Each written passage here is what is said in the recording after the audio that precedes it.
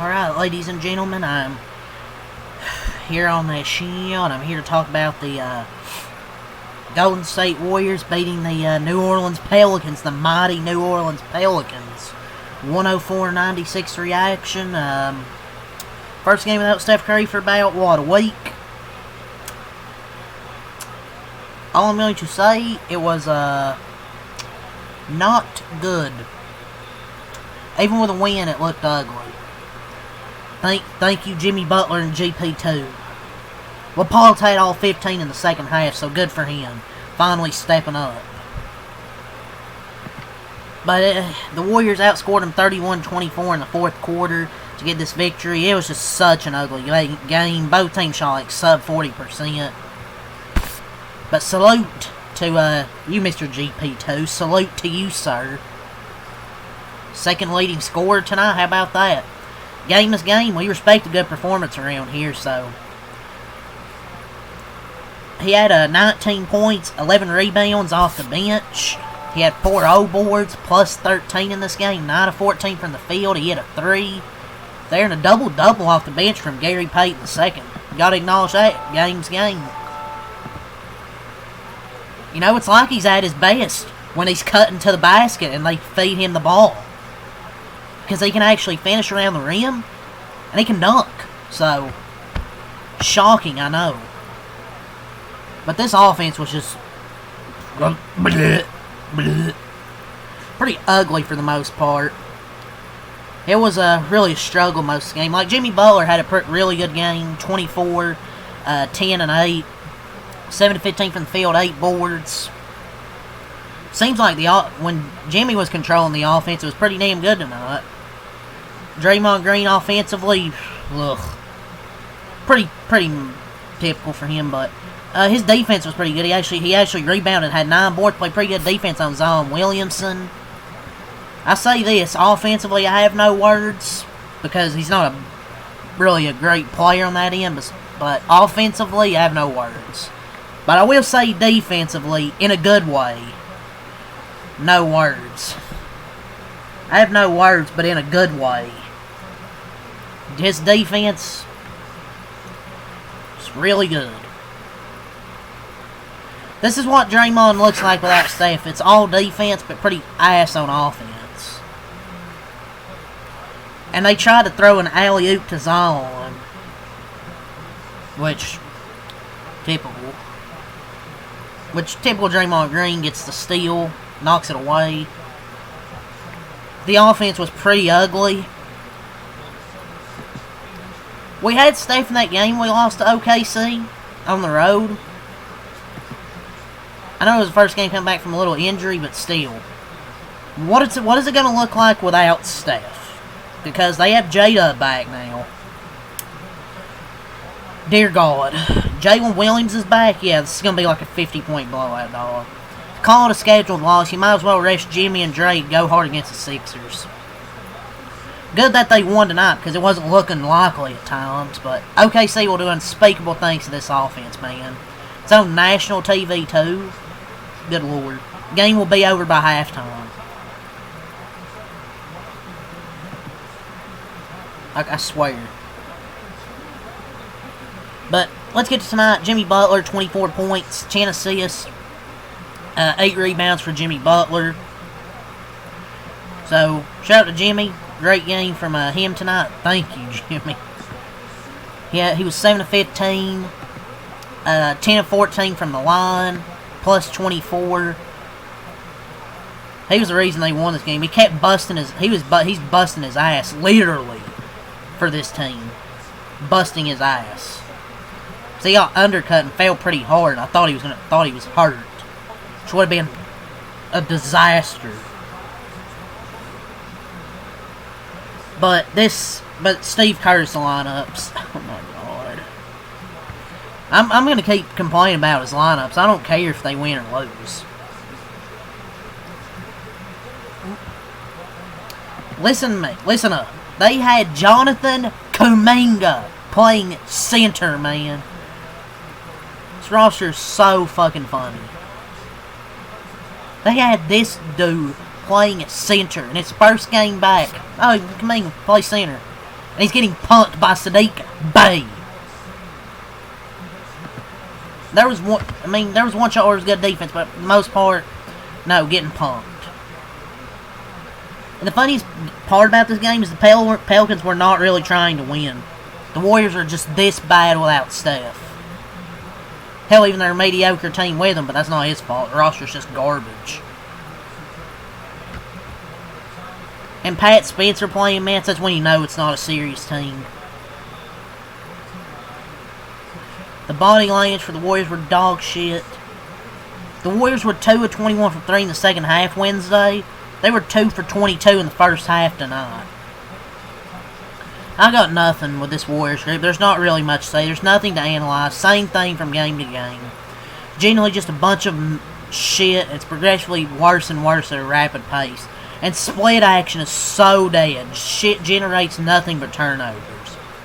And Buddy Hield, rabbit time.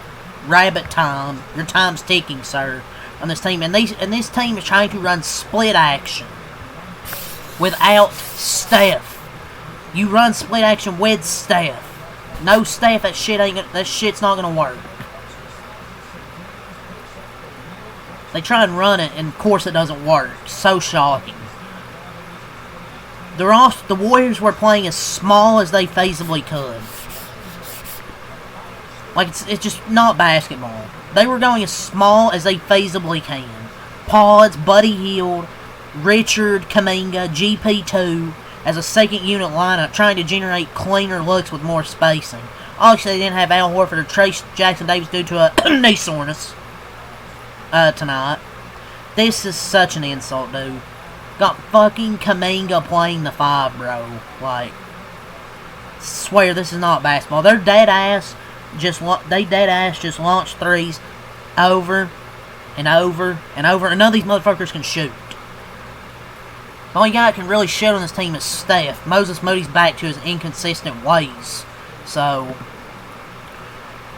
and also I want to mention this. Somebody should count how many times Pod's pump fakes per game. I swear, he pump fakes like every time he touches the ball.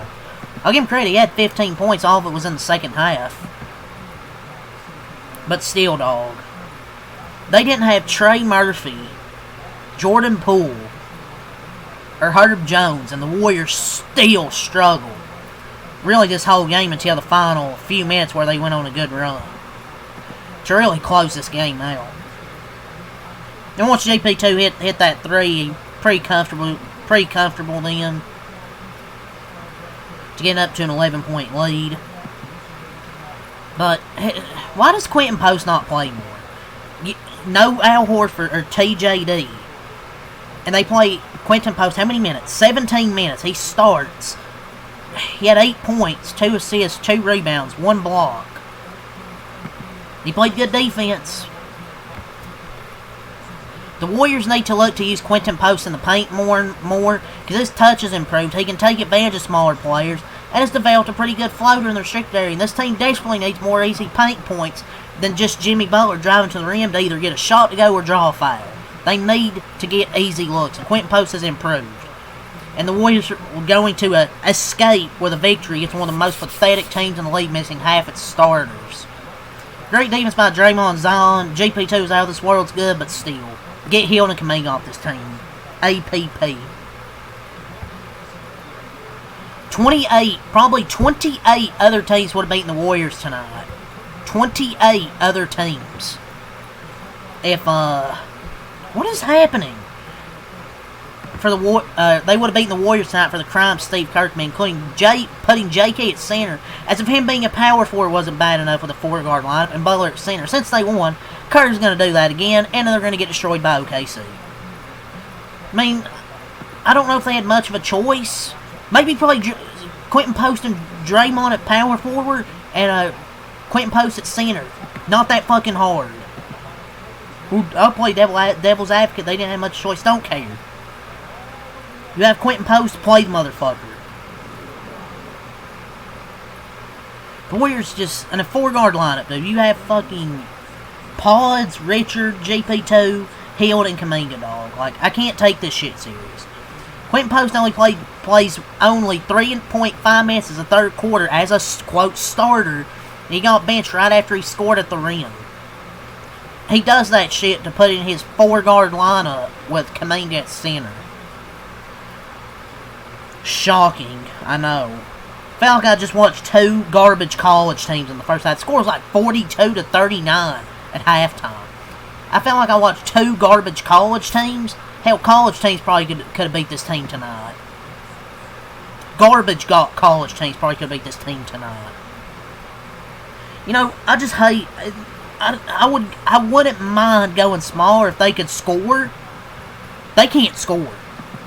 They go smaller to try and generate better looks, and it just ends, and it's just more dudes who can't dribble or shoot, and every possession ends with a contested 3 at the buzzer. Putting JK at the 5 in a micro ball lineup versus a lotto team at home, and you go scoreless for the entire stretch is the best indication you do not have a single foundational piece in their second timeline. Warriors are a loser-ass jump shooting team under Steve Kerr. No wonder they suck. They're losers as long as Steve Kerr's their coach, but the roster also needs to be better. Stop giving him like 8 guards because he's going to play every single one of them. Jimmy Butler's just got beat up this game. Had to play his heart out against the Pelicans, dog. You know what's insane about how badly the Warriors have played in this game? Pelicans without 3 starters, and they finally gone a little run against a unit featuring a couple of 19-year-old young players. Steve Kerr's an abomination unfit to coach this team. And the score, by the way, was 9-4 when Post was in the lineup. Took him out after 4 minutes. God knows why. They went tiny since then, putting in the variation of Butler and Kuminga at center. Shocker, the last 6 minutes they scored 4 points. Their small lineups consistently struggle to score, yet he still does them. Does it over and over and over. I don't know what he's expecting. And they held him to 18 points in the first quarter and lost that quarter because they couldn't score. Like Queen, Zion, and Fears all tried Quentin Post in the paint. They tried. And all of them were shut down. He's their best defensive center right now.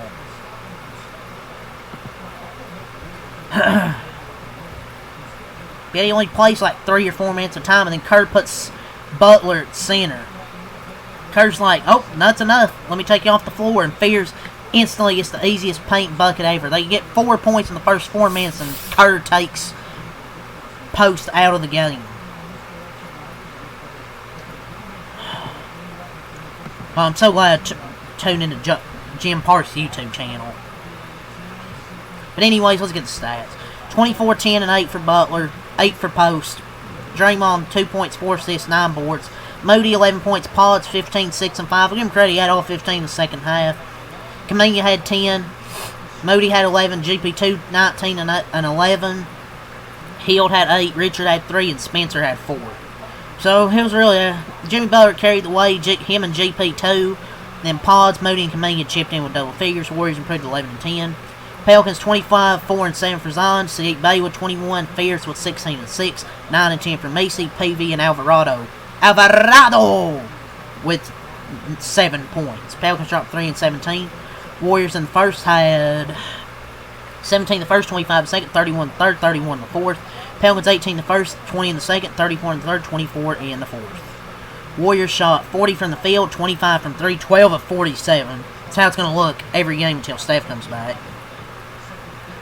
80 from the line, 47 boards, 14 offensive, 33 defensive, 28 assists, 3 blocks, 5 steals, 9 turns, 11 points off turnovers, 3 fast break, 52 in the paint, 23 fouls, largest lead of 11. Pelicans 37 from the field, 23 from 3, 7 to 30, 73 from the line, missed 9 free throws there. Free. They don't cost you any money. 50 boards, 16 offensive, 34 defensive, 16 assists, 2 blocks, 7 steals, 13 turnovers, 13 points off turnovers to the Pels, 16 fast break points, 40 in the paint, 21 fouls, and the largest lead of 10. So yeah, Warriors win, improved 11 and 10, but it wasn't really an impressive victory.